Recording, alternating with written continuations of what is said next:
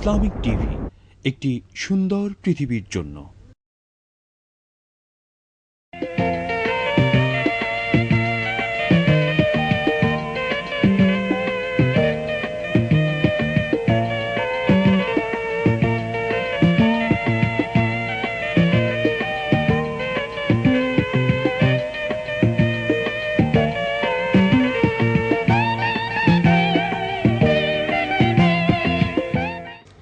সুপ্রিয় দর্শক, আসসালামু আলাইকুম। আমাদের এই সম্ভাবনাময় জীবনের প্রতিটি পরতে পরতে ছড়িয়ে রয়েছে সম্ভাবনার নানান দিক।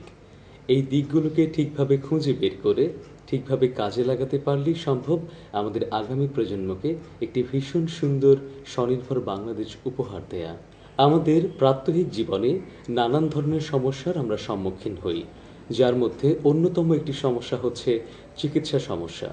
এই চিকিৎসা সংক্রান্ত সমস্যার কারণে কখনো কখনো আমাদের জীবনে নেমে আসে গভীর ঘনঘটা, আমরা হারাই আমাদের প্রিয়জনকে। কিন্তু বর্তমানে আসার কথা হচ্ছে অ্যালোপ্যাথির পাশাপাশি হোমিওপ্যাথি চিকিৎসার মাধ্যমেও বিভিন্ন ধরনের রোগের আরোগ্য সম্ভব। আমাদের আজকের সম্ভাবনার বাংলাদেশ অনুষ্ঠানে আমরা হোমিওপ্যাথি চিকিৎসার বিভিন্ন দিক তুলে ধরার চেষ্টা করব আপনাদের সামনে। এখন আমরা ডাক্তার এআর খানের কাছ থেকে শুনব হোমিওপ্যাথি চিকিৎসার নানান সম্ভাবনার দিক হোমিওপ্যাথি চিকিৎসাকে ঘিরে। প্রভাষক ডাক্তার এআর খান, পুরো নাম প্রভাষক ডাক্তার মোহাম্মদ আব্দুর রহিম খান। ১৯৮১ সালের ফেব্রুয়ারি মাসে বরগুনা জেলার সদর থানার ছোট গৌরীচন্না গ্রামের সম্ভ্রান্ত মুসলিম পরিবারের খান বংশে জন্মগ্রহণ করেন। তার পিতা মরহুম ডাক্তার আব্দুল ওয়ারেস খান, মাতা মোসাম্মদ সুরাতুন্নেসা। তিনি বরগুনা জেলার জিএম মাধ্যমিক বিদ্যালয় হতে ১৯৯৬ সালে এসএসসি, ২০০১ সালে সৈয়দপুর হোমিওপ্যাথিক মেডিকেল কলেজ ও হাসপাতাল থেকে ডিএইচএমএস কোর্স সম্পন্ন করেন। ডাক্তার এআর খান ২০০৮ সালে ঢাকা বিশ্ববিদ্যালয় হতে বিএইচএমএস ডিগ্রি অর্জন করেন। তিনি বাংলাদেশ হোমিওপ্যাথি বোর্ডের ২০০১ সালের চূড়ান্ত বর্ষে বোর্ড স্ট্যান্ডের গৌরব অর্জন করেন। ডাক্তার এআর খান নিয়মিত বিভিন্ন দৈনিক জাতীয় পত্রিকা ও বিভিন্ন হেলথ ম্যাগাজিনে স্বাস্থ্য বিষয়ে লিখে যাচ্ছেন। লেখক হিসেবে তার নাম সুপরিচিতি পেয়েছে। এখন আমরা সফল চিকিৎসক প্রভাষক ডাক্তার এআর খানের সাথে কথা বলব। হোমিওপ্যাথিক চিকিৎসার মাধ্যমে কি কি রোগের চিকিৎসা করা সম্ভব? হোমিওপ্যাথি চিকিৎসা পদ্ধতির মাধ্যমে বিভিন্ন ধরনের দুরারোগ্য ও ক্রনিক রোগী আরোগ্য করা সম্ভব। আমাদের চিকিৎসা পদ্ধতির মাধ্যমে মানসিক রোগী, brain tumour, brain cancer, liver cancer, জরায়ু cancer, uterine bleeding, salpingitis, ovarian tumour, ওভারির সিস্ট, একশিরা, স্কিন ডিজিজ, যে নামের যে রোগী হোক না কেন লক্ষণ সাদৃশ হোমিওপ্যাথি চিকিৎসা করতে পারলে আরোগ্য করা সম্ভব ইনশাআল্লাহ।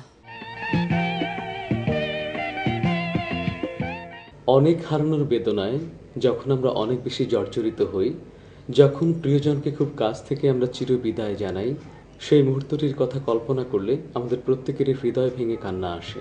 অথচ যাদের জীবনের কোনো আশাই নেই বলে ধরা হয়, সেই ধরনের রোগীরও আরোগ্য সম্ভব এই হোমিওপ্যাথি চিকিৎসার মাধ্যমে। সুপ্রিয় শিক্ষার্থী বন্ধুরা, আজ আমরা আপনাদের সামনে এমন এক ব্যক্তিকে উপস্থাপন করছি যিনি হঠাৎ করে ব্রেন স্ট্রোক করে প্যারালাইসিস হয়ে বিভিন্ন চিকিৎসা পদ্ধতিতে কোনো উপকার না পেয়ে আমাদের কাছে এসে চিকিৎসা নিয়ে এখন পূর্ণ সুস্থ আছে। আপনারা এখন ডাক্তার এআর খানের কাছে যে কথাগুলো শুনেছেন, আমি তার সাথে একমত।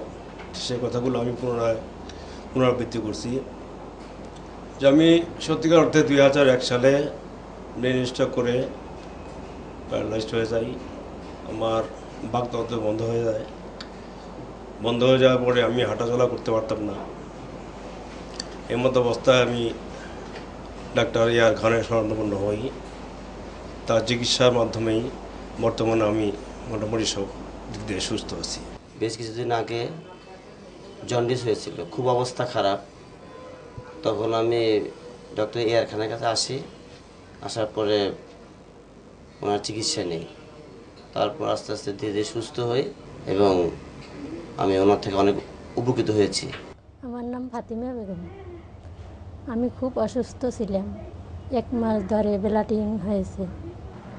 ডাক্তার দেখানোর পর ঔষধ খেয়েও আমার ব্লাডিং একটু সামান্য কমছে। আলট্রাসাউন্ড করাইয়া ডাক্তারের কাছে এসেছি। ডাক্তারের রিপোর্ট দেখে বলল যে জরায়ুতে টিউমার হয়েছে, এর অপারেশন লাগবে। ঢাকায় এসে আমি আলট্রাসাউন্ড করানোর পর ডাক্তারে বলল যে জরায়ুর ভিতর টিউমার হয়েছে, এখন অপারেশন লাগবে। এই অপারেশন কথা শুনে আমি ডাক্তার এয়ার খানের কাছে এসেছি। ঔষধ খাওয়ার পরে আমার টিউমার ভালো হয়ে গেছে, এখন আমি সুস্থ আছি। আমি আলট্রাসাউন্ড করার পরে ডাক্তার বলছে যে টিউমার নাই। আমার নাম রাজু।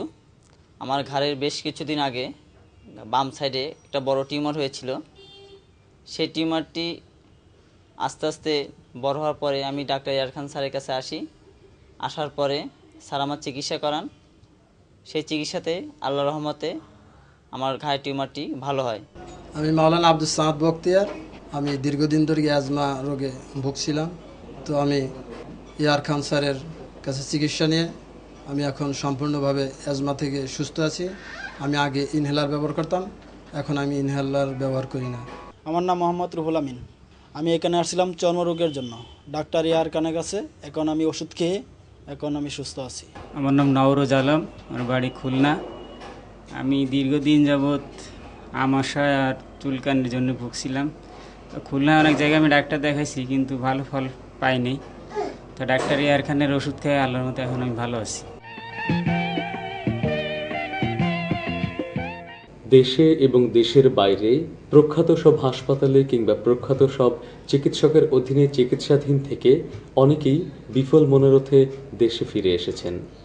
সেই সব লোকজনও ভীষণ অবাক হয়ে লক্ষ্য করেছেন আমাদের দেশীয় বিজ্ঞানসম্মত হোমিওপ্যাথি চিকিৎসার মাধ্যমে তারা আরোগ্য লাভ করেছেন বা আরোগ্যের পথে রয়েছেন। সমস্যাটা ছিল চর্মরোগ। চর্মরোগ হওয়ার পরে এই ঢাকার মধ্যে অনেক জায়গায় হোমিওপ্যাথিও খেয়েছি, কি এলোপ্যাথিও খেয়েছি। তারপরে আমি ভারতে চলে গেলাম। ভারতে 3বার গেছি। 3বার যাওয়ার পরে সার্জে আবার পাল্টায়। এখন এই হোমিওপ্যাথি ওষুধ খাওয়ার পরে এখন আমি সুস্থ আছি। আমার নাম হচ্ছে আব্দুল জোরাই। বড় ভাইয়ের মাধ্যমে এলাম চর্মরোগের জন্য। দেখলো, দেখার পরে আমার চিকিৎসা করলো। চিকিৎসা করার জন্য ওষুধ দিল, ওষুধে আমি সুস্থ হয়েছি আর কি। রিটায়ার্ড সার্জন হাজি আব্দুল মান্নান হলাদার। আমার পোস্টেড গ্যালান্টের 2005-এ একবার অপারেশন করাইছি। করার ফলে কিছুদিন ভালো ছিলাম। ভালো থাকার পরে 2008 থেকে আবার দেখা দেওয়ার পরে আমি আবার ওই হসপিটালে গেলাম। যাওয়ার পরে ওরা আমাকে আলট্রাসাউন্ড করাবার জন্য বললো। আলট্রাসাউন্ড করে দেখে যে আবার বাড়িয়ে গেছে। তখন তারা বলছে যে আপনার ওষুধ খাইতে হবে, যদি খাই ঠিক হয়তো হয়, না এতে অপারেশন লাগতে পারে। ইয়ার খান সাহেবের কাছে আসলাম। আসার পরে উনি আমার ওই পিছনে কেসগুলো দেখার পরে আমাকে ওষুধ দিলে। ওষুধ খাইতে গিয়ে আমি বর্তমানে সুস্থ। আমার নাম মোহাম্মদ রেজাউল করিম।